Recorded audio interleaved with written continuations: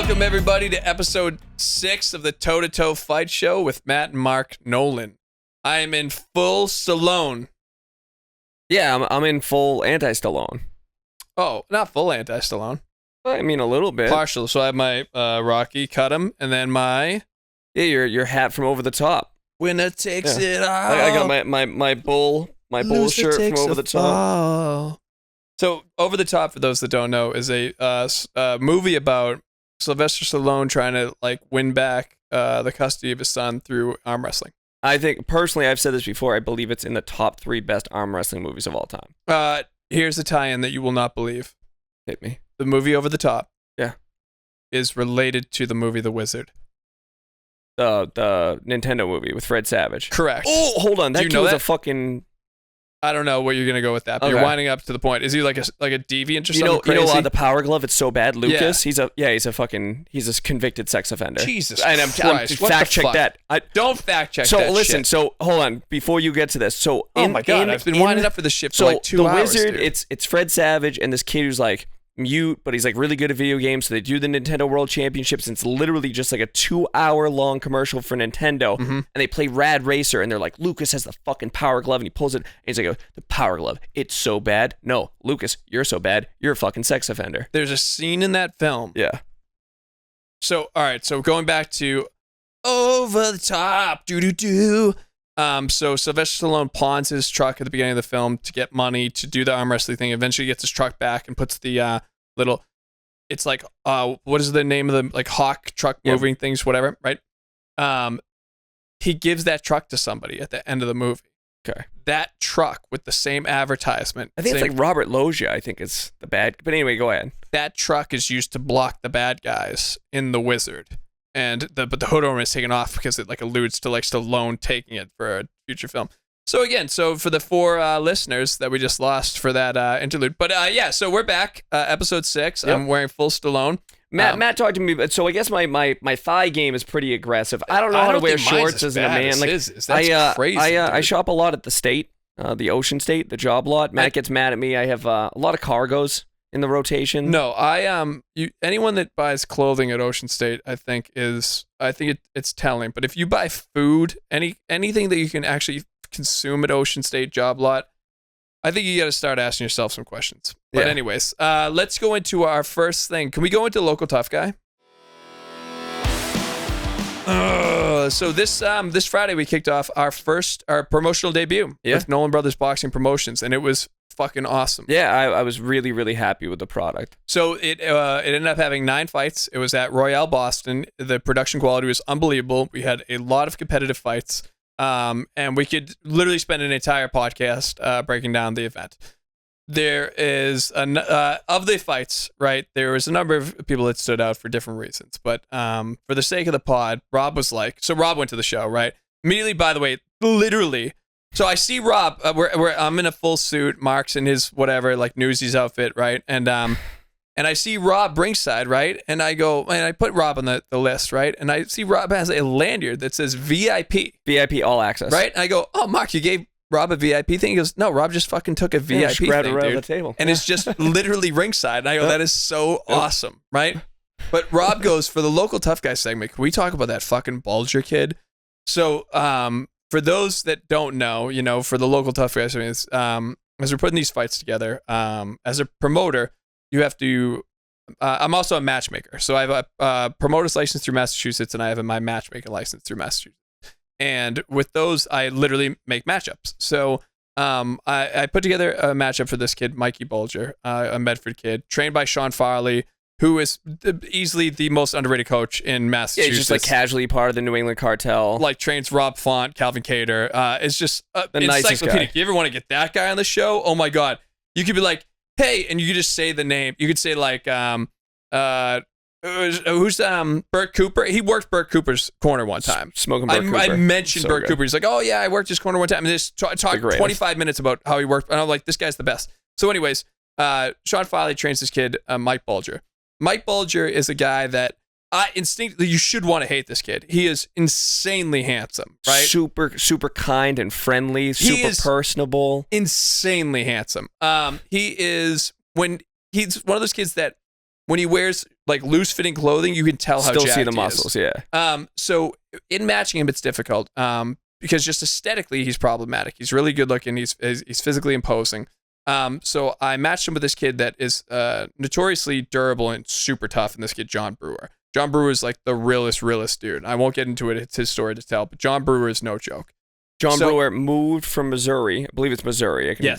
To Charlestown for this camp, had the first real training camp, he would say, of his life. Trained with former Olympians from Nicaragua, trained with guys from Charlestown, like real badass dudes, Tim Hannafin, Brennan Reed, like awesome dudes, put together a real camp. And this Brewer cat is not someone that lays down. So we match him with Mikey Bulger, and Bulger doesn't look the part. He is a monster. So he comes out, and the way people described it, they were like, there were mannerisms of the crowd. So Bulger brings with him, by the way, a monstrous fan base. He is a likable cat, to say the least, and he just has a lot of people around him.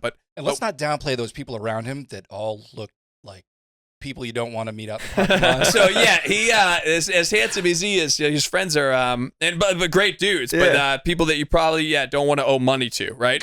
So is that fair, right? So these guys are just going Team Bulger, and Brewer had, by the way, a decent output with a great group from Charlestown there too.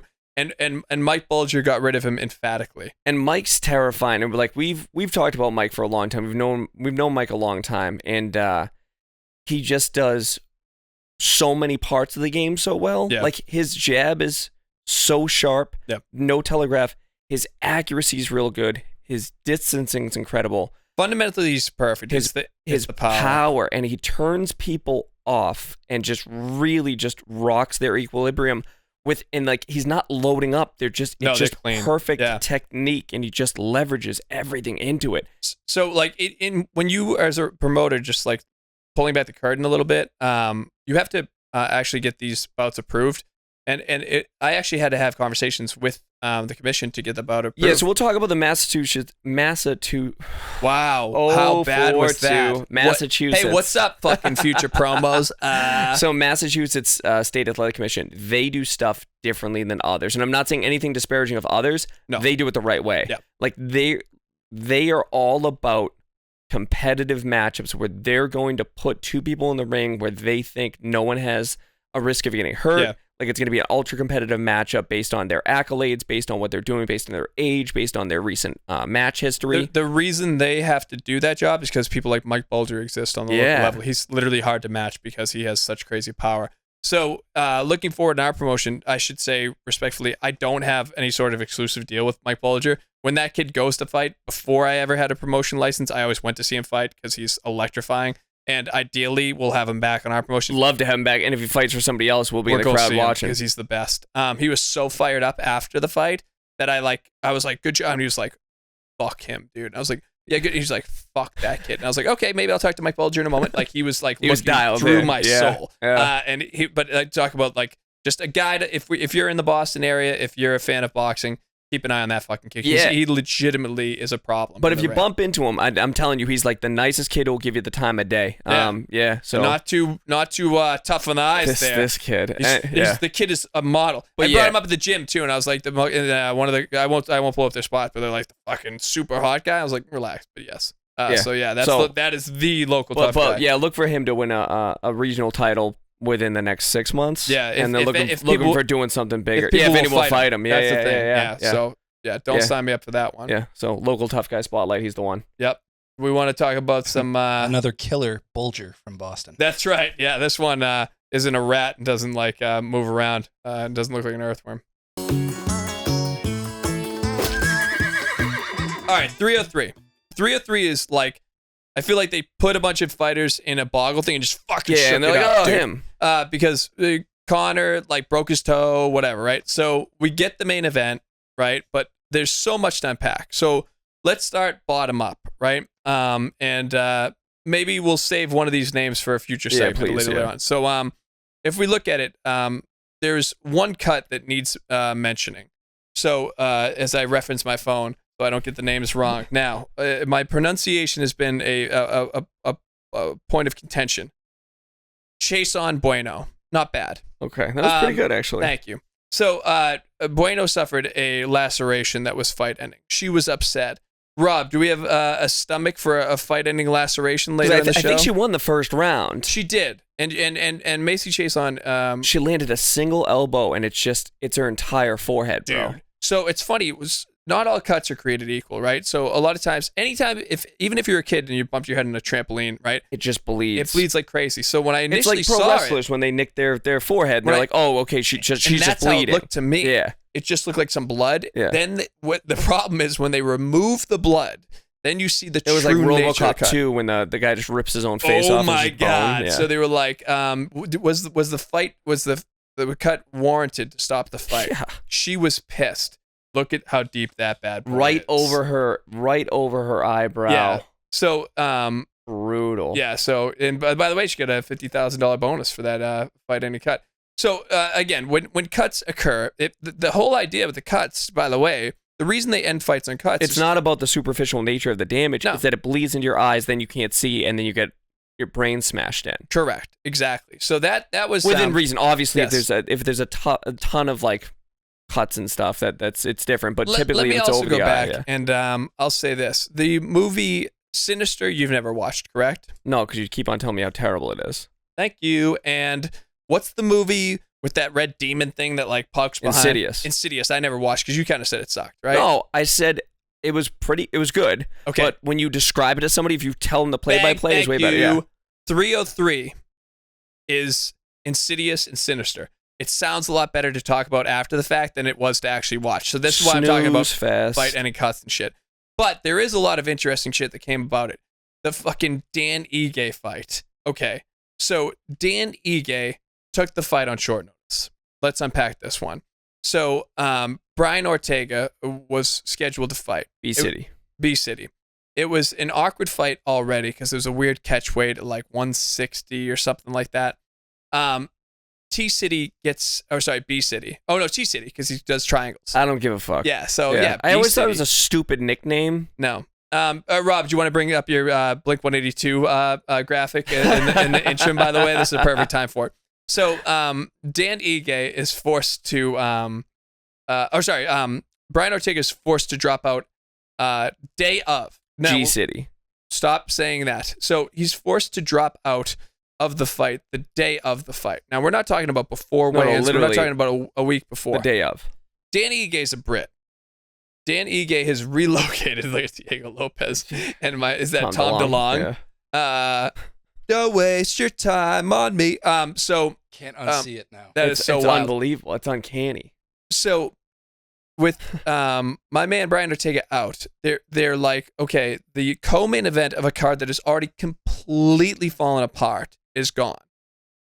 Diego Lopez is impossibly hard to match because he doesn't really have the name recognition yet. And he's really good. So he's really a nightmare matchup for someone who wants to fight him because you're 3 hours beforehand. Danny Ige, Dana White alluded to, and it was kind of facetious, but he said Ige was on his couch prepared to order the pay-per-view. Ige has his medicals, and he goes, let's be great. What a fucking gangster. They said he was getting a massage. Is that what it was? Call. Yeah. So he has full medicals. UFC had to call their lawyers, Mark, to see if they could run They were like, can we fucking do this? He comes in at like 161.2 because he doesn't fight at that weight. And they go, dude, he won the last round. The story of the millennium is he took the fight on 3 fucking hours notice. And Dana loves those guys. Like exactly. That's like his favorite thing in the world is a guy who's going to like, oh, the company needs me. I'm your Batman. Was the fight electrifying? No. Was it fine? Sure. Yeah. And again, 303, a better fight or card to talk about than it was to actually watch. So yeah, the future implications is really what 303 is about, other than the main event. Then we have Ian Gary, MVP. MVP is 40 years old. He's a prolific striker. He is wildly annoying. He fought someone in Ian Gary who's actually more annoying than he is. Ian Gary made sure to make it the most incredibly boring fight of all time. We get 2 counter strikers, one of which that has no ground game whatsoever, and another one who's European, so you know they're known for their wrestling. So Ian Gary sucks. He made for a boring ass fight. He humped MVP's leg. But then MVP humped Gary's wife. That's dark. Because he's a cuck.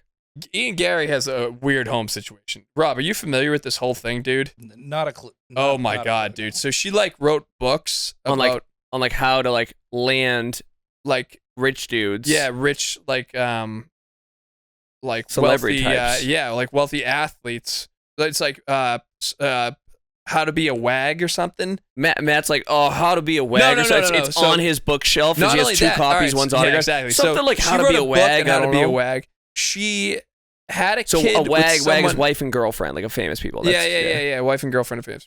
Okay, whatever. Ian Gary Machado. His name is Ian Gary. He took her last name. Huh? So basically he's Yuck. yeah, I don't know. There's a lot of like soft ass shit with that dude. So he's a total weirdo. So he made it for a boring ass fight, which brings us to our main event, which was not fucking boring, thank God. So you get Payton and Ghemmouri. Here's the deal with that. I feel vindicated, and I'll tell you why. I don't want to say Payton sucks. Dana White said he thought Payton would suck going into the UFC. Yeah, dude. The book How to Be a Wag by Layla Machado Gary provides a thought-provoking insight into the world of wags and the challenges they face. While the controversy surrounding the book has sparked a passionate debate, it has also shed light on the importance of promoting gender equity within the sports industry. The fuck are you talking about? Gender equity? About Equality. You guys both correct me at the same time? Well, it's just you said it 12 times so in a row. let me ask you, do you guys We text side each other text. Yeah, on the that's what I'm not looking about at my correct notes. me? Yeah. No, I'm literally like, So- yeah. You guys go, equality. So just so you know, when people watch this, they side with me mostly. They I don't. think. They I think definitely they don't do, at all. But equality. But anyways, I didn't ask for this. All right, but anyways, Eerie. Ghemmouri. Dana didn't think Payton would be shit in the UFC either. Ghemmouri's a ninja. When he found Samurai. out, samurai, you are correct. Samurai. When he found out that fight was available, did you hear what he did? No. He went to a shed and fasted without food and water for 3 days. He is a gift that keeps on giving. Payton hurt him with a hook, I believe, and then he kicked his head off, and then Like 16 seconds in the second round, yeah. kicked his head off, and then drummed his head off the floor. So Yeah. the first Little late stoppage. I think that was a No. step or two Why though? because he kicked him into the fucking shadow Because realm. the first fight was early-ish. That's why I was gonna say that. Seriously, So imagine telling like Ghemmouri as he's like if he dies, he beep, dies. beep, just saying yes with his like beep tones, be like, you asked for this. It's a samurai. Is it early now? Is it early? Harakiri himself? That's good. Yeah, so no, he deserved it. Yuri's awesome. He has liabilities. He hits really hard. He doesn't have. He has good recovery, typically, not a great chin. Yeah. So Can we talk about future implications? Yeah. So now, Can we please give Magomed Ankalaev a fucking They're title going to. shot? so they're gonna give Magomed Ankalaev. You guys want to have a field day with that? You want to just You pronounce it. You're Ankalaev, doing they're the finally Anchorman in giving the mirror. a striking Magomed daggy. Ankalaev. Striking daggy. A title shot, which he does deserve. Striking daggy. That's gonna catch on. A title shot. He does deserve it. He's deserved the title 12 times over. Here's the problem. Yeah. I am Magomed ride or die. Here's a couple concerns with Magomed. Number one, he is I would say predominantly a striker, which is atypical for Dagestan. He is a spectacular wrestler. Yep. 3 areas of concern. Number one, he had a tremendously difficult time checking and stopping the leg kicks of Jan Blachowicz. Yeah. That was the Polish power though, is what he had. Point being is Blachowicz is not like he's Yeah. not the same level of kickboxer as like a Payton. So if he's struggling with leg kicks there. Additionally, he is notorious for having a Low ring IQ. I would say a doorknob level ring IQ. Magomed has 2 brain cells and they're fighting for control. He has 2 brain cells and they have joint custody with the Machados and the Wags. Okay, so the idea with Magomed, it's like when he fought Jan, right? He gets his legs kicked off to the point that like he like tears an ACL. And then the 4th round, he's like, I guess I'll wrestle. Yeah. Like, he's just, and then like with Johnny Walker, he had to rematch him because in the first fight, Oh, sorry. Yeah. I thought you were talking about the Eon No, Yeah. that was Ian being stupid. But Yeah. he's that guy has a gift. But no, Yeah. so in the Johnny Walker rematch, he had to rematch him because in the first fight, illegal knee. he viciously I- beat the yeah, shit out of him. now And he's I like, you know what I remember, do? yeah. Just fucking knee him in the head on the ground. And Johnny Walker's like, oh no, you know. He's like, oh, they're like, where? Oh, that Johnny Walker was like, do you know where you are? And he goes, I'm in the desert, because he was in Abu Dhabi. And they're like, no. And he's like, well, I am in the fucking desert. Again, all you did was reference like just three. Like Magomed should be thanking Johnny Walker and Ian.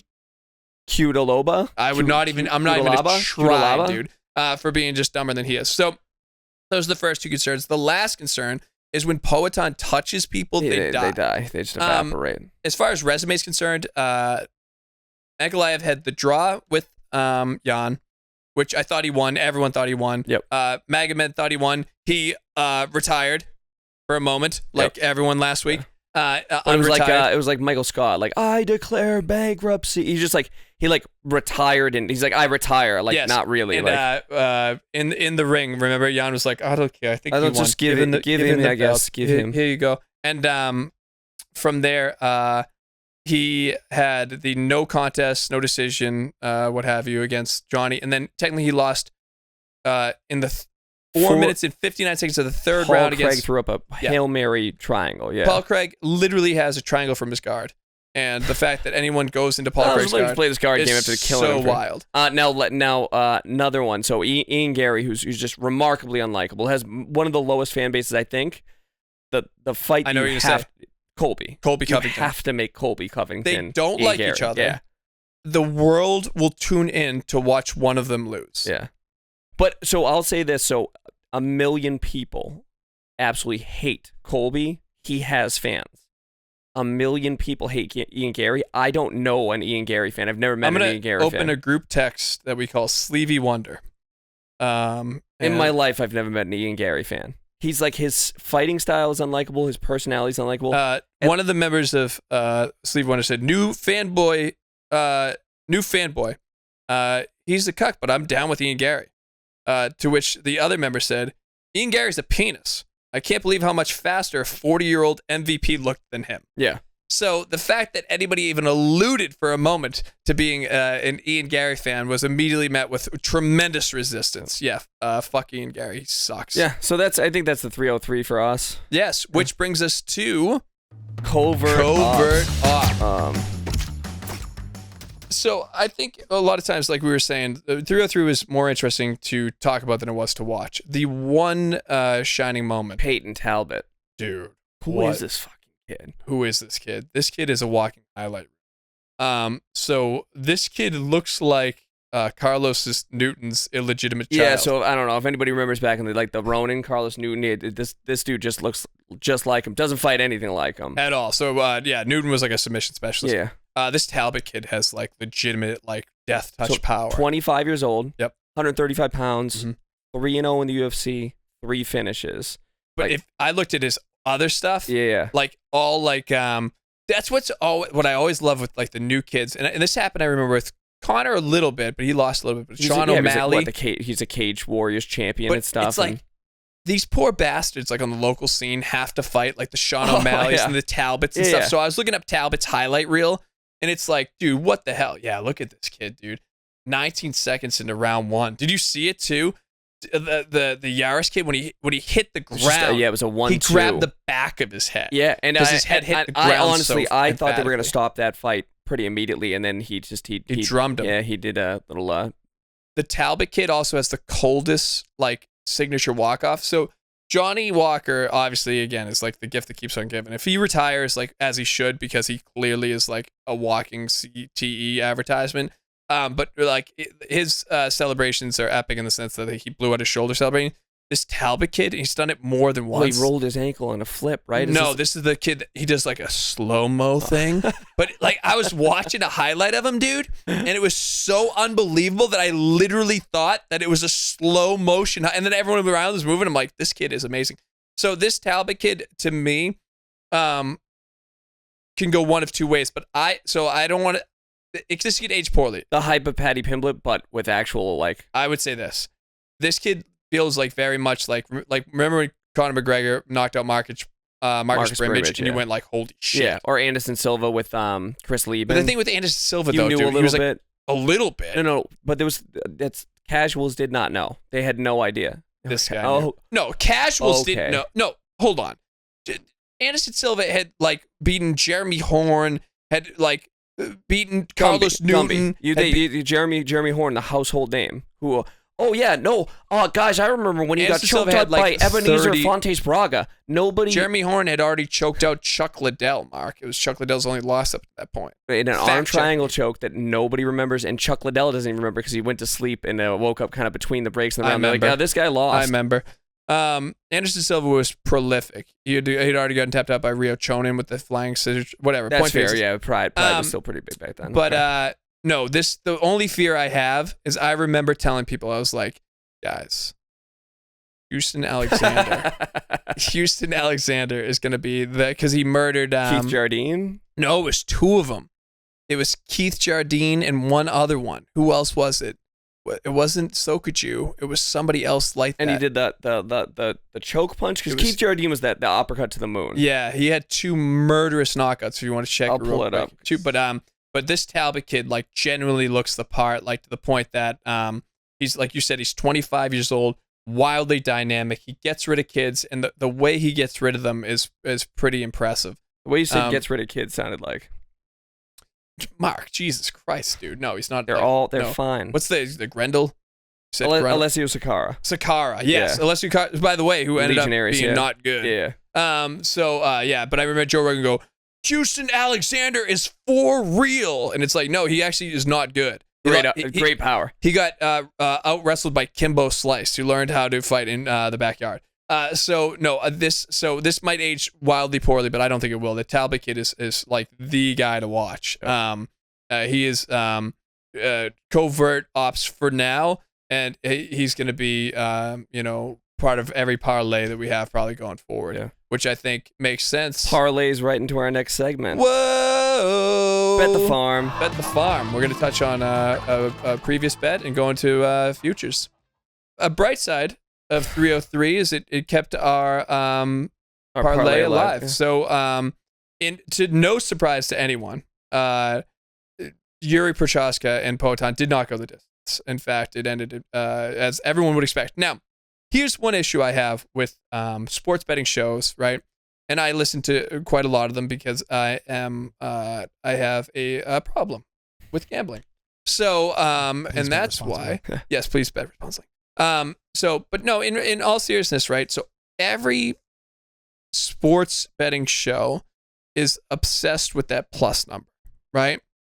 So God forbid we keep giving out, because everyone's like, oh, no shit, like, oh, Nostradamus, right? You picked a huge favorite to win, but it's part of a leg of a parlay, which is still alive, because Nick Diaz is going to get killed by Vicente Luque. Well, in keeping that same vein, we're going to give you another parlay, but this time we're going to hit you with a little plus number parlay. Yeah, so I got a 3-leg parlay that I absolutely love. I'm reluctant, and I'll break it down with you. I'll break down where my skepticism is. He doesn't get to share the money, but then. I am co-signing this. This is on Dead Dogs. I'm skeptical, but I'm co-signing. No cap. How can you be skeptical and co-sign? I'll just tell you where my skepticism is, but for plus money, this is a home run. I love it. So I got Tom Aspinall. No, first of all, add the last leg of the parlay. What's the last leg? Vicente Luque, Nick Diaz. You got a double dip. Anytime you can add Nick Diaz and Vicente Luque, throw it in. Now the line has moved tremendously. He's already minus 520. Okay, so sure. I mean, just keep that in mind. Okay, so the first one. So I got Tom Aspinall, Curtis Blades on the money line. Tom Aspinall, I'm taking at minus 260. I understand he lost technically to Curtis Blades. Matt always says, it's so funny. Matt's like, oh, I don't know, because like Blades was controlling the fight. The fight ended in 16 seconds due to a non-contact knee injury. And Curtis Blades was in complete control up until that point, looking pretty good. So I got Tom Aspinall, money line minus 260. Michael Chiesa, money line at minus 440 against the shell of Tony Ferguson. Tony Ferguson looks like one of those the zombie people in like the really dead section of Beetlejuice. You know when dead people die and they go to that floaty thing? Like the book for the recently deceased. Yeah. He's in the green door part. Yeah, the floating, like that's what the dead people go to. That's what Tony Ferguson looks like now. Michael Chiesa minus 440, and then Vicente Luque minus 520. That 3-leg parlay gives you positive money. It's plus 102. I'm telling you, I think that's a 2-unit bet all day, every day. So again, if you want to be critical and you want to say, okay, these guys are all doing safe bets, and you want to say, that we're only doing minus money every time, this is a supremely confident plus money parlay. You get 2 corpses on the card that we're shorting. So ignore Vicente Luque and Michael Chiesa. I'm of no illusions to the fact that Mike Chiesa stinks. But I'll tell you, I think Tom Aspinall has a chance to be a generational talent. The heavyweight division as a whole has always been weak. You got like the all-time, it's Stipe Miocic, and maybe the number 2 might be Tim Sylvia. Seriously, when it comes to accolades, like that's how far.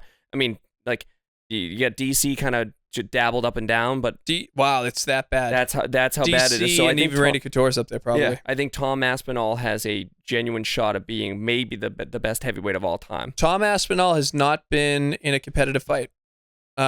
He was the first to ever submit Andrei Arlovski, who, by the way, on 303 was in a very competitive fight. Yeah. I thought he'd get robbed. Boring as shit, and he's 1 million years old. But that is a plus money parlay. I'm pretty confident. Lock it in, baby. Lock it in. If we don't hit, that's a mark bet. No, I'm just kidding. No. So without, I am very confident that's a plus money bet. Kiss my ass if you think all our bets are too safe. If you want to bet irresponsibly, I hope your fucking kids don't have Christmas this year. So eat shit. All right, so today we got like a wicked cool guest. We got Julian Chua. Almost positive that's how we pronounce this. Just prolific trainer, works with some unbelievable A-level talent in the boxing world, some A-level talent in the MMA community. This interview is brought to you by our good friends and sponsor, Shadow Fight Goods. We've talked about their gear over and over again. Best gloves I've probably ever used in my entire life. So really looking forward to this. Yeah, super excited, man. So just as an introduction to our fans, to our viewers, who are you? Give us a brief introduction, and we can kind of run with it from there. So who is Julian Chua in terms of boxing? My name is, in terms of boxing, Yeah. got you. In terms of boxing, my name is Julian Chua. I'm a professional boxing coach at Brick House Boxing Club. I train head coach Zerdo Ramirez, Scrappy Ramirez, Azat Hofanissian. I have a bunch of guys, Arnold Gonzalez, Tarash Celestuk. I have a ton of guys. I have a bunch of guys a couple guys in the UFC as well. Urosh Medic. I trained Marvin Vittoria for a long time. Giga Chikaze, Kareem Hackett. I've been a part of some pretty cool teams as well. Regis Prograis, Jose Zepeda, Steph Fulton, Alicia Baumgardner. So I've been involved, not head coach them, but I've been involved in some pretty cool camps, and I've gotten to see what the highest level is and gotten to go against the highest level. And it's been a very blessed life. I wouldn't trade it for the world. So there's one more kid I meant to mention. His name is Jordan Panthen. He's an American guy. I'm very excited about him. He's 9-0 now with 8 knockouts. I've had him since his pro debut. He's a very, very good fighter. We just stopped. He fought last Thursday. He stopped the guy, Victor Toney, actually nephew of James Toney, who has his 2 losses were to Troy Isley and Sebastian Fandora, and he went to decision with both of them, and Jordan stopped him in 3 rounds. So that's another kid I'm excited for. But yeah, sorry, there was one more. I didn't want to forget him. That's a pretty good name to forget. Like the name, the fact that you're able to recognize names that you forget, that would be like the top tier name on any coach's resume, is pretty unbelievable to say the least. So I have to ask, how old are you?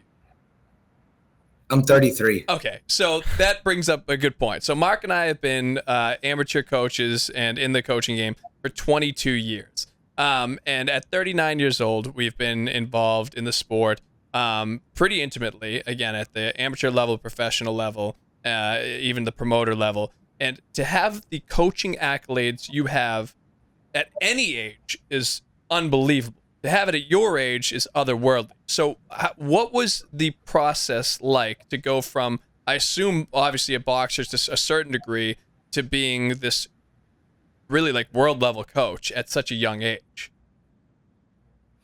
Well, first let me say thank you. Thank you for the comments there. I appreciate them. Being a young coach is hard, especially on the level that I'm at now. There's a lot of eyes and a lot of hate, and with Instagram and social media, there's direct access to fighters, coaches, etc. So there's a lot of heat all the time. But I think honestly, it's just like, I'll go through my story, but I mean, what got me there is just like absolute love for the game and hard work. That's it, and being at the right place at the right time, and doing a lot of free work, like learning my craft, and like dedicating myself as much, like all the way with it. After I stopped boxing, I fractured my hands a bunch of times. So I stopped boxing. I fractured my left hand 3 times and my right hand twice. So after that, I was just like pretty lost for a while. And after Freddie Roach actually was the one who suggested I go down to his like sister gym called Wild Card West. It was down in Santa Monica, which is now known as Churchill. Like, it's a Matchroom Churchill boxing gym. But I went down there and started training regular people. But I was making good money, and it was nice to not struggle like with the finances. But I didn't feel like my life had any purpose, and I knew that because like I just wanted to fight again. I just wanted to box again. And like, I was like, even though like all the signs were telling me it not, I would just wanted to box again. And until I started working with my first fighters, like my first group of fighters, that urge to want to box again just kind of disappeared, and I decided that like the same attitude I carried, wishing and dreaming of being an Olympian and a world champion, like I'm going to carry that same work ethic to being a coach. And that truly was what brought me pretty much to this dance, now. That's awesome. And that's kind of not that undifferent to what we experienced. Yeah. Like we I didn't have a super lengthy amateur career, but I was good enough. And then, I get a little older and the sport passes me and I have all these regrets. And then you start coaching and you're like, oh shit, I actually really like coaching. And we always hope that our boxers are better boxers than we were. And we talk now, we're like, we're getting close to 40. So we've been in the sport a little bit. And we're like, we hope the next generation of coaches are better than we were. So that's kind of like, you put your own wants into kind of those people and hope they achieve what you always wanted in the sport. Can you tell us a little bit about what's the culture like at Brick House? I'm not really familiar with like West Coast boxing culture. Like what's the gym feel like at any given day?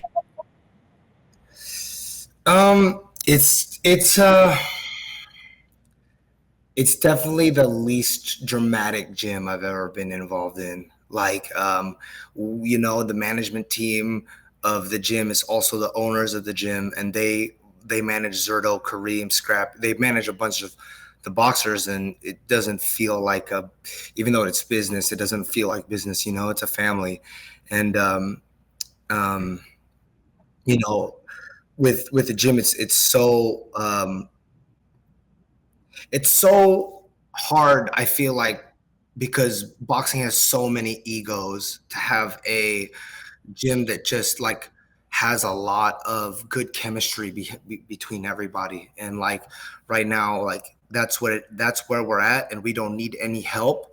So we don't need to bring in anybody that's going to like bring bad chemistry. If another person gets added to our gym, he needs to fit properly or else he'll be removed, so. I gotta say, I love so much of what you're saying right now because it resonates so much with us. So the two things that really, like, just the justification with the age thing, Mark and I experienced, and I don't want to play victim, but the ageism in the sport when it comes to coaching is wild. And we always say, and we don't have the resume nearly that you have, so I'm not pretending that we do, but we just say check the receipts. Like, our ability to coach is a reflection of our fighters. And whenever there is that negativity online, we just meet it with, a show of our results, regardless of how long we've been coaching or how old we are. But the culture piece. Especially when we first started out, there's just, we felt that there was this need to chase talent less than there was to kind of build a stable.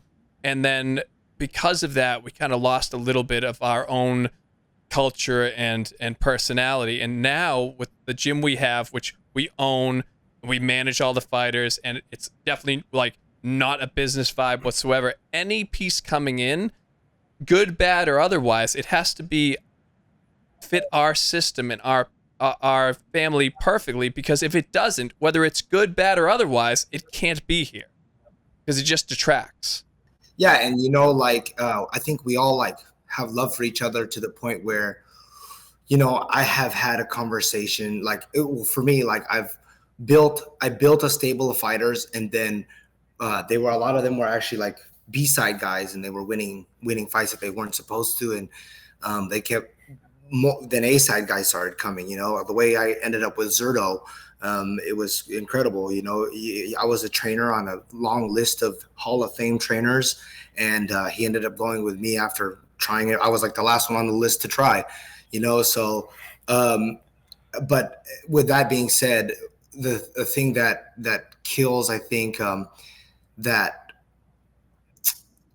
it's hard to explain, and I hope I never change this about me, but the trainer's the least one of the least protected people in boxing. There's no contracts, there's nothing unless you form one, which I don't have one. But for me, with my fighters, I let them all know that if there's someone that they believe that can guide them and train them better, they are more than free to leave.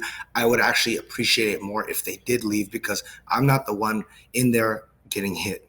If you want to go find, and that's why, Scrappy will train in Florida, or he'll train somewhere else, and he'll train with other coaches. And a lot of coaches are no, don't do anything. But for me, I'm like, go learn as much as you can. Go learn as much as you can. And if you leave because you think there is a trainer that could do a better job, by all means, that's okay with me. That is a really strong line to take, because I struggle with that tremendously.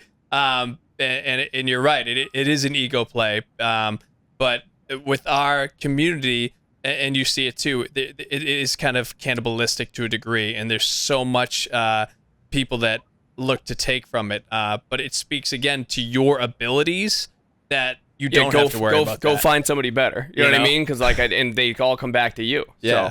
So, looking at your social media, you have tons of great stuff on your social media, tons of great photos. What was like the moment where you like kind of looked around and you're like, holy shit, like I arrived, like this, I'm here, I did it. Like, when was that moment? Because you see so many awesome, cool photos with you and high level fighters with belts and stuff. When was the moment where you kind of looked around where you're like, dude, pinch me, like I'm here? It's funny. It was actually not a boxing fight. It was a UFC fight. In the boxing stuff, like, I always believed, I always kind of believed like that I would, after I stopped boxing, like that I would make it there to that place, because us being young too, I'm sure you guys have been around a lot of like old school coaches and a lot of stuff like that. And like the game has changed. Boxers have evolved, and I felt like as a coach, I could outthink a lot of these older coaches and stuff like that, So I kind of always saw myself eventually at the boxing stage. But I think at least when it comes to the boxing, it might have been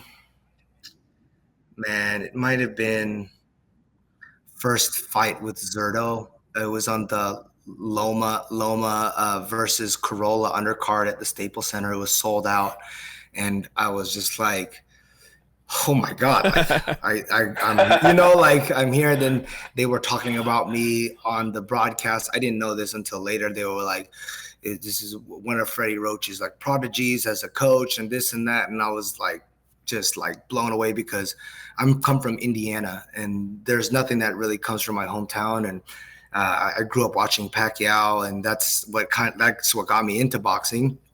And then now I'm on TV, not as Pacquiao, but his coach, like as a shadow of his coach, and it was that was a pretty wild one to me. And but the mind blowing one that was really like, what am I doing here, was when Marvin Vettori fought Israel Adesanya.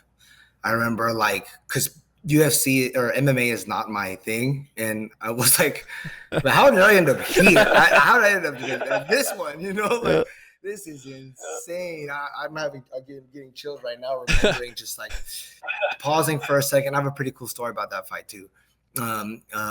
Pausing there for a second, looking around and just like absorbing and like really like living in the moment. You know, we're so often we're in our phones. That's why I've actually deleted Instagram. I didn't deactivate, but I deleted the app. Okay. Because you know, I'm actually like doing a lot of different things in my life right now. I can go into those things later, but they're very beneficial to me at least. But back to the story about the Israel Adesanya fight. It was their second fight. It was they fought one time, and I hadn't worked with Marvin. I didn't work with Marvin for the first fight. Marvin presents as right an interesting dude. Oh, but it's so funny. Like, I'm like, why don't you just act like you do in like with us, like for the camera, like, because he is just like the coolest dude. Like, I don't know how to explain. I love Marvin, man. It's like I still talk. He's in Miami now. He's training with American Top Team because him and his head coach Rafael Cordero, they had a falling out. And what's funny is he actually asked me before he left. He was like, "Would you want to head coach me in this?" And I was like, "No, I don't want to head coach you in this. I never did." You know, I never did it. I'm more anxious watching you fight than any of my boxers because this is a feel, you know, it's just like it's like crazy, you know. But no, we still talk all the time. He's like a brother to me. But yeah, so after the second fight with Adesanya, the decision was made. We lost the decision, and after the fight, after he got interviewed, Adesanya walked around the cage, and it looked like he was looking for someone, right? And he made eye contact with me in the corner, and he walks over to our corner, and he's like, "Hey," and he called me over, and I was like, "Oh shit, it's about to be like a confrontation with Adesanya," you know? And he looks at me and he puts his glove up against the cage, and he's like, his boxing got way better. Let's Unbelievable. fucking go. That's Incredible. amazing. Yeah. That's the best fucking story we've heard since we started this pod. Shit like that is the reason we do it. I love that. Yeah, and then he later on, I was like, damn, that was sick. And I was like, but nobody heard it, you know, like of course you want some people to, you know, and stuff like that. But then later at the post-fight press conference, he said it again. He was like, you know, they're like, how did you rate your performance? And Adesanya's like, you know, I wanted to punch him in the face more, but you know, credit to him and his boxing coach. His boxing got better. And he's just like nodding. He's like, you can tell he's thinking, and he's like just nodding about like what had happened, you know, and that was amazing. You're talking about the only dude who knocked out Payton in the UFC with his hands, saying that Marvin Vettori's boxing got so much better as a result of you. Like, that's crazy. Yes. That's amazing. You know? It was awesome. It was awesome. Do you have like a different approach when you work with them? Like, I assume you just work with their hands, right? Yes, but I don't try to do too much, like change their stance or you know, like you know, get them more bladed. Or in this boxers that fight better square than they do bladed. You know, like Julio Cesar Chavez, David Benavidez. They're more square. Triple G. You don't want to try to change. So I don't really try to change too much of their stance, but stuff like transfer of weight. That's balance. Making their punches more direct rather than like you know, like. They always ask like, oh, how can you improve speed? How can you improve power? You can't really improve those. You can improve their technique, and that's going to make them. You can make the punch more direct. You can make the punch like get them more to use their hips and their legs rather than their arms. That'll put more power. But you know, like there isn't anybody who like you watch that was like a slow guy, and then all of a sudden he's fucking fast. Yeah, exactly. You know, like Antonio Margarito. You could have like the best speed coaches in the world, you know, and he's never gonna be fast. He's just Antonio Margarito.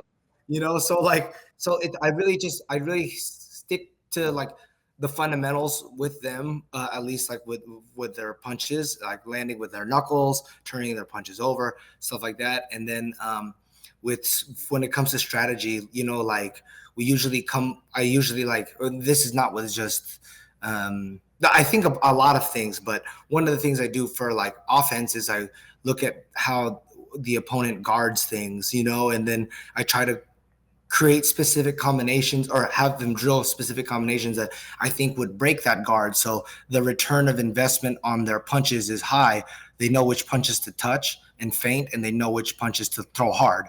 So like, or at least, we always hope it goes to plan, but at least we can get like, they have a little bit of heads up. If he starts like Jordan, his last knockout, the guy liked to roll his shoulder a lot. So we got a heads up on that. So we drilled specific combinations to destroy that. Or like if somebody has a real nice like high guard, like you can't protect everything, so you need to know which combinations, like variations of combinations, you can get the most return out of your energy.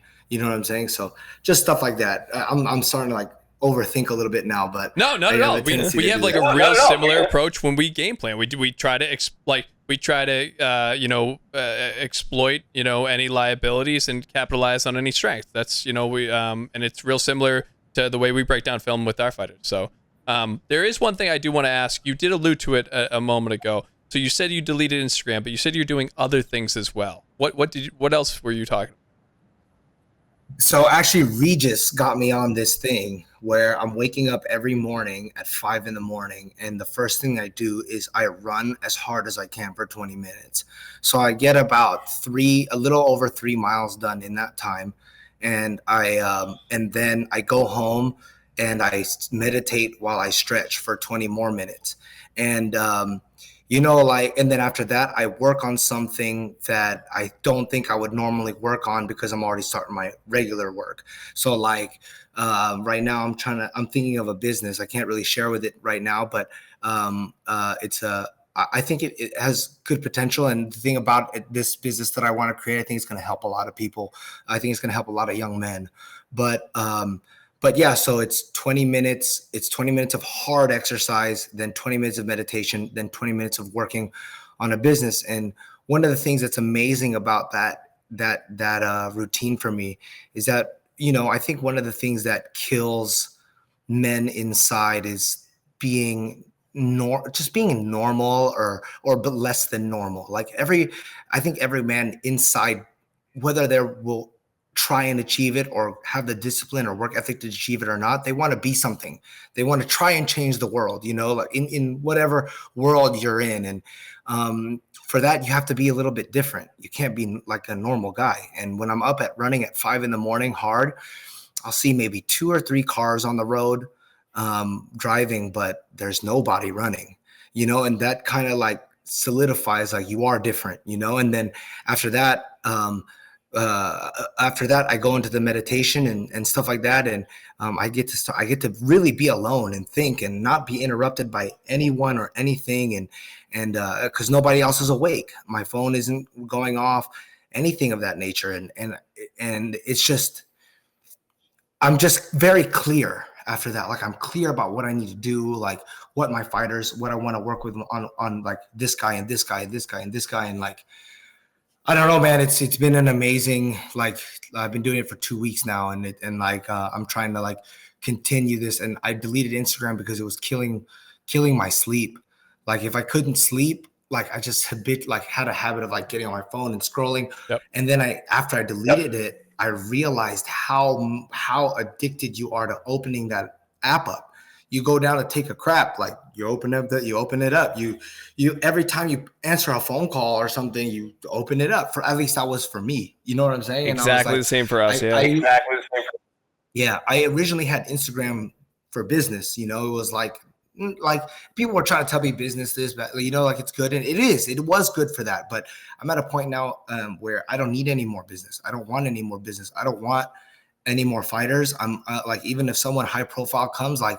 I love, like, the more I work with, if I bring another person on, the more attention it takes away from my current people. And I just want to see my guys' careers through right now. And like I said, I don't need any more business. So I don't see the point on having it. It's not worth it to me.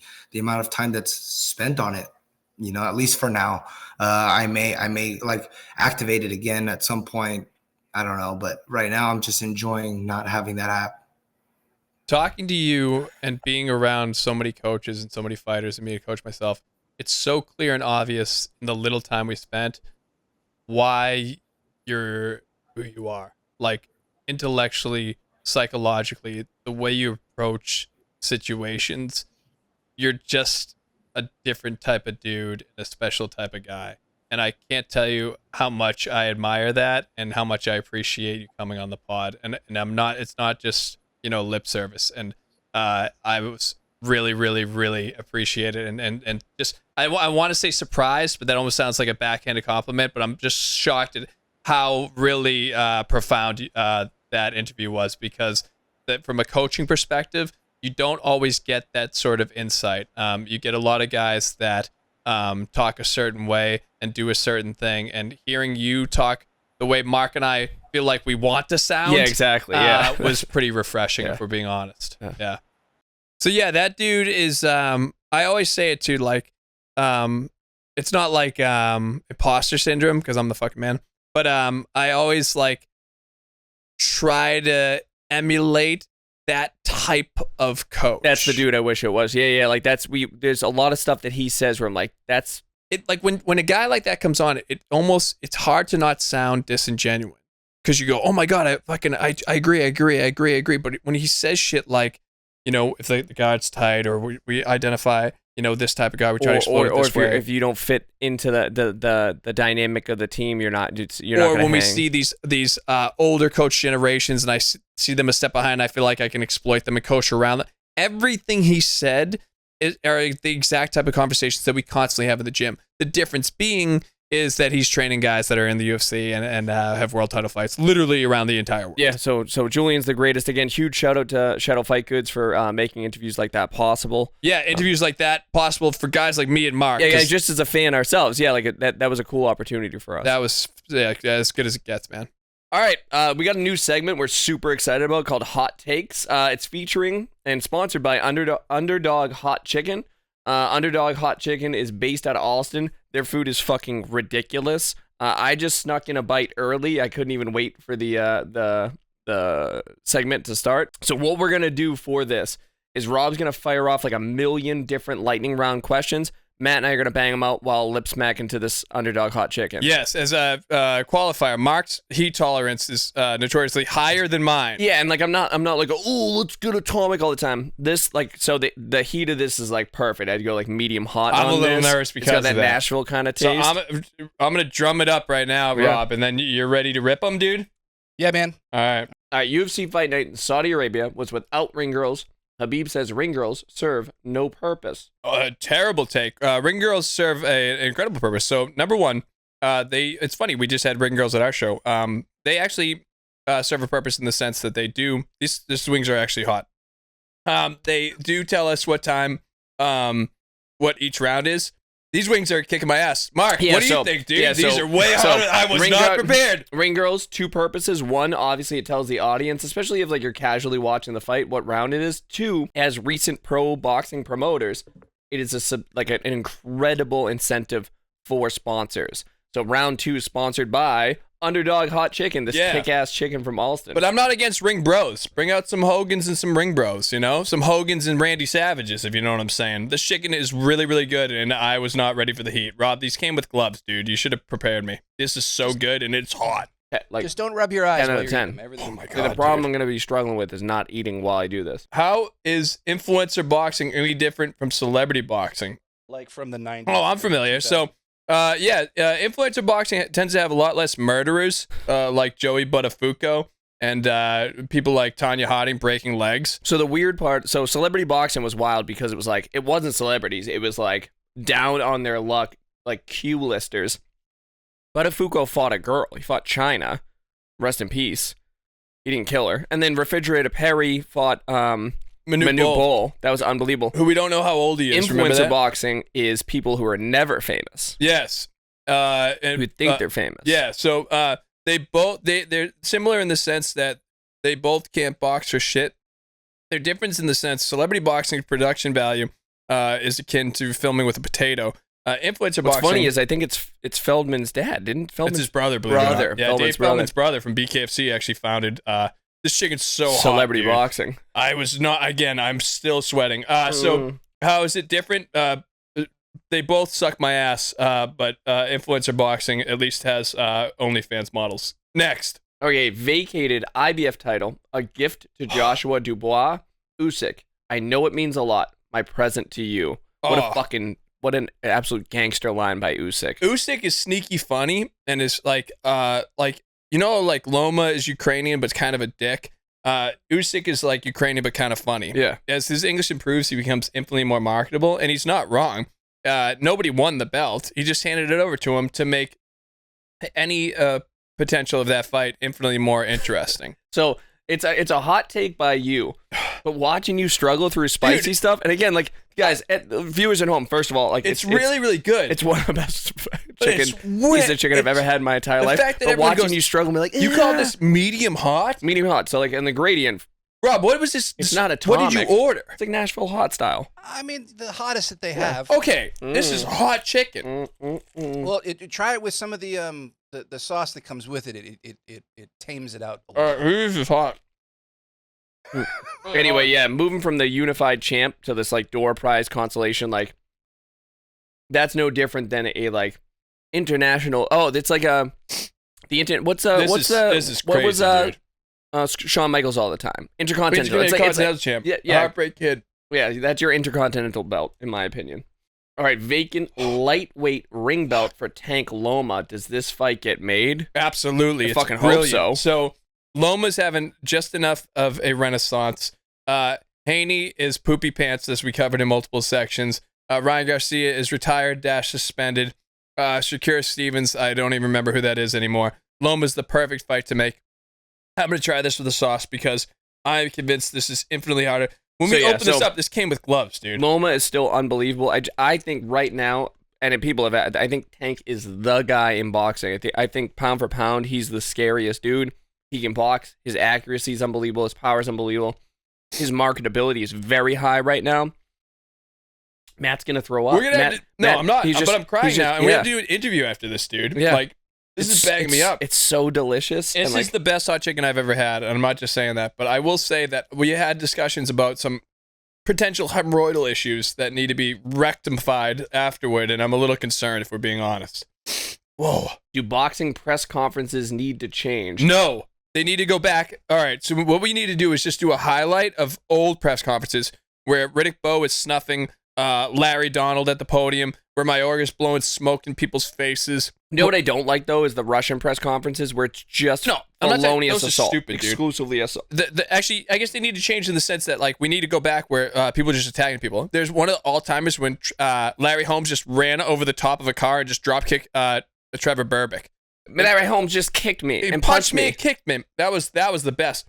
So I love when people like when Chisora like spit in like people's faces and stuff, and when what's his name? Well, I can't think, dude, because the chicken's way hotter than anyone told me, dude. This is insane. When David Hayes snuffed Chisora, when my eyeballs started sweating, I'm gonna have to like shower. This chicken's so good, but we need to like put in like what is the name of the heat temperature you got? we gotta look it up. It's hot. Because you said it was mild hot is how you described it. Medium hot. That's not medium anything, dude. I don't know. Ian Gary says camp was offered cash for info by Page. Claims his camp did not talk. Said thousands of dollars. So offered. Ian Gary stinks. I saw the presser. He was like, it was a BTT or ATT. I was like BTT or Shootbox. He's like Shootbox won't talk. Maybe they offered money. I don't believe it. Ian Gary couldn't sell. Ian Machado Gary. Yeah, exactly. Ian Gary stinks. When we cover UFC 303, we'll talk about how infinitely boring he made that fight. Ian Gary sucks.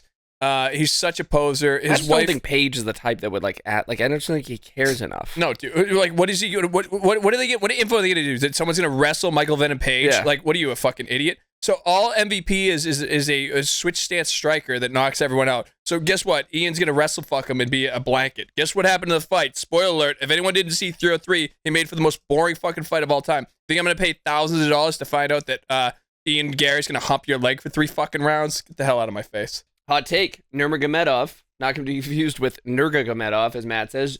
Nurmagomedov gym raided by police in Dagestan following attacks, alleged link to slain terrorists. Habib says, not one of our fighters. Why was he in your gym, Habib? Says he rented the camp, like, fighters rent camp sometimes. Yeah, I mean... Another source says that he graduated from the Nurmagomedov school. So I don't even understand the questions anymore. So number one, we've already covered geopolitics, not a strength of mine. Number two, heat, management, not a strength of mine. I can't believe the amount of chicken Mark's consumed. The wings might be better than the tenders, and the tenders are the best tenders ever in my life. I'm still eating the tenders because I'm trying to do the segment for the strength of the pod. So gym raided by police in Dagestan following attacks, alleged link to slain terrorists. Well, if Daggy gyms are anything like American gyms, then they harbor fugitives that are like... No, you stop it. Have you ever been to it? Like it says alleged right there. Oh, okay. And also American gyms Number one bullshit. They're not full of rats, dude. If anyone came into our gym, they're like, "Are there any convicts in here?" I'd be like, "Get the fuck out of here, pig." Yeah. So yeah. WBC greenlights Deontay Wilder for Bridgerweight title shot.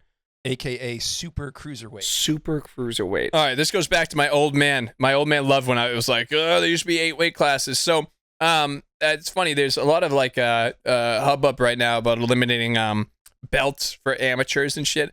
But if you really want to be a purist, there's 8,000 weight classes and 1 million sanctioning bodies. So you want to add a Bridger weight so Deontay Wilder can eventually finally knock someone out? All the other weight classes only have Bridger weight. Only Bridger weight. You know the best one? Remember Super Dreadnought? I was going to make a Super Dreadnought reference. There was a guy, Primo Carnera, and I'm sure I'm messing up the pronunciation, but at least I have an excuse this time. But he was like a Hollywood actor. He fought James Braddock and stuff. He would just accidentally kill people all the time. Yeah, so the New York made a fake weight class called Super Dreadnought, so he wouldn't be able to fight. You can Google that. I'm sure it's in some publication that no one's ever read. So yeah, Bridger weight is faker than Deontay's excuses. All right, Devin Haney says he will get revenge on Ryan Garcia, both in and out of the ring. In the ring, what are you going to do? Spray diarrhea on him? Out of the ring, Ryan Garcia's just going to bang your girlfriend, bro. Or his mom, because remember I kept on thinking that he banged his mom over and over again? That was like... Ryan Garcia has sex with a lot of women. I cannot believe that Rob I'm and you done. are just... I'm going to reload in about a minute, yeah. The chicken is very flavorful. Oh, maybe we go for medium. Underdog chicken and yeah, Devin Haney will not get revenge anywhere. I thought he was retired. No, he's out of retirement. He's undefeated. Undefeated. No. How's he going to get rid of... That's such a silly thing to say. Yeah. Maybe he means he'll sue him. Because he could actually win that. Oh, okay. Yeah. Imagine like the only win he has on his record over Ryan Garcia is in district court. We're gonna have a real serious interview right after this, and I'm gonna be like slobbering and sniffling. I'm so excited. The chicken is so good. Underdog and Devin hot Haney chicken will get revenge on no one. I'm about to get Montezuma's revenge, like an MFer, dude. Oh my god. All right, yeah, that was hot takes featuring Underdog Hot Chicken. Underdog Hot Chicken found at 160 Brighton Ave in Boston. It's an Alston-based chicken.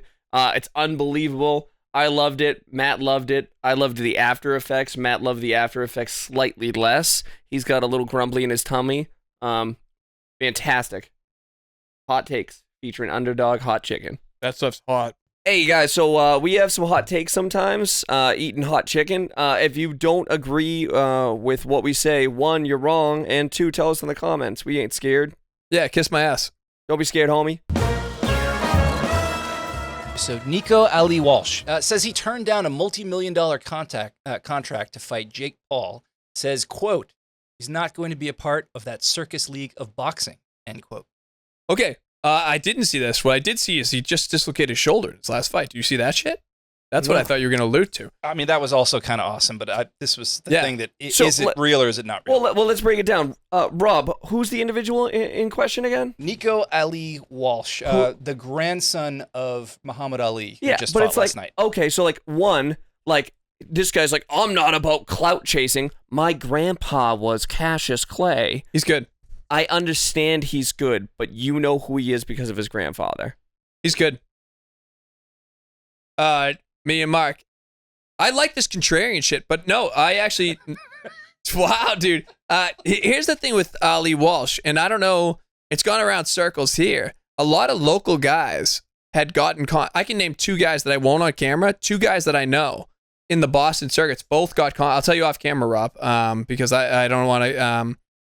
costs too much shit To fight who? to fight. Ali. Oh Make my sure you say fucking it. God. So, anyways, 2 guys I know got contracts for him, and they fell through for different reasons. And I don't know if it was Ali's camp. In fact, I think it was both these other guys' camps. They wanted it. It wasn't like they backed out. It was like different issues they had. You ever see him hit two the low Ali guys. shuffle? No, is it stupid? Is he good at it? Just like it's. Oh, you're making fun of me again No, it's because he's just- related to Ali. It's He's just not it's gonna. like, yeah. I'm above those gimmicks. You give me those gimmicks, Joe Frazier, and I'll shove those gimmicks down your throat. I'm Like, what are you confused. talking about, I'm dude? a little bit confused to my place of the podcast as of today. But just to back up a step, have you seen a fight? He's fucking good. He's And very talented, but again, he's. But here, like, how about this? What I'm taking issue with is, and again, we'll go to the CROCK or not piece. One, like, bro, if that bag's on the table, you're taking it. No, that's one. Wrong. And then 2, to act like you're above this kind of clout name recognition boxing. It's like, bro, that's you're Ali Walsh. Well, number you're not one, Walsh. he's way smaller. He's way smaller because the 2 guys I know are both 160. So Rob, you might want to check his weight because I think he's like a middleweight. He's way smaller. That's who dude. Jake fights. So Jake fights blown up 160 Jake's pounders. That's way bigger. Number 1. Number 2 is, as far as ability's concerned, anyone Jake's beaten, Nico would have beaten. Which means to me is he's standing on exactly what he says. He's not chasing those type of fights. You tell me Nico Ali Walsh wouldn't fucking beat fucking Ben Askren How much and would he Nate beat him Robinson? for? How much would he beat him for? Same, less than Yeah. Jake Paul, but more than whatever guys he's fighting now that you don't know, right? No, what I'm saying is he's not fighting Ben Askren because nobody gives a fuck about this dude other than his name and the fact that he's a pretty good boxer. Disagree because he could. Yeah, what's his weight, dude? He's got to be way lighter. Yeah, middle, dude. He's a 160 pound dude. I was gonna say, Like 'cause the only reason I No. yeah, See, thank you, kids? Mark. The only reason I know that is because the 2 dudes I know that had fights with him are 160 pounders, dude. In Had fact, fight offers. Yeah, they had 2 fight offers with him. Are both 160 local guys. So, Jake Paul, very brave, calling out a guy that has no interest in fighting him. That's 15 pounds lighter. Jake Paul's entire very brave. Jake Paul owns Brave. it. Jake Paul's entire career is fighting guys that are undersized. He owns it. He says he's going to be world champion. He probably will. He can buy his way to a belt. Does this makes the word Disney and wants to fight fucking Mike Tyson, who has ulceritis and is like literally. I think they just do the D. I don't think they fucking. Do they? What's that? Save that clip, dude. All right, but anyways, so cancel this guy. Am I right? But If he was offered a prolific amount of money, he would have taken it. It absolutely isn't true. And it's definitely not true. You're definitely wrong. And we'll see how this ages because embarrassed that you're my brother. He's going to lose more than one fight. What's he like 10-1 now, something like that? 10-1. Yep. So he's gonna. So when he's 15-4, let me know. Let me know how much tickets are to the Jake Paul fight. That's all I'm saying. If you want to see me tear up as I eat hot chicken and talk about scorching hot fight takes, hit that like button and click that subscribe button for the toe-to-toe fight show. You